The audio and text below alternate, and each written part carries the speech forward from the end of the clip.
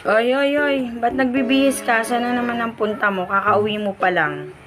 Diyan lang, kaya parang Edgar, nakasalubong ko ron eh. Nag-aaya sa bahay nila na may konting salo-salo lang na. Bakit? Anong...